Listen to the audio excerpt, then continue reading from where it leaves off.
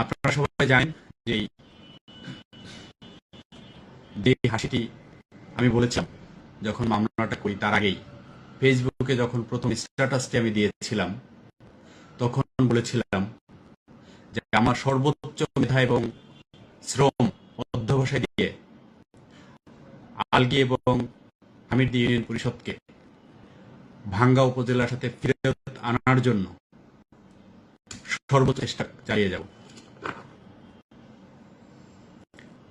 আমার সেই কাজটি আমি শুরু করেছিলাম রিট পিটিশন ফাইলের মধ্য দিয়ে।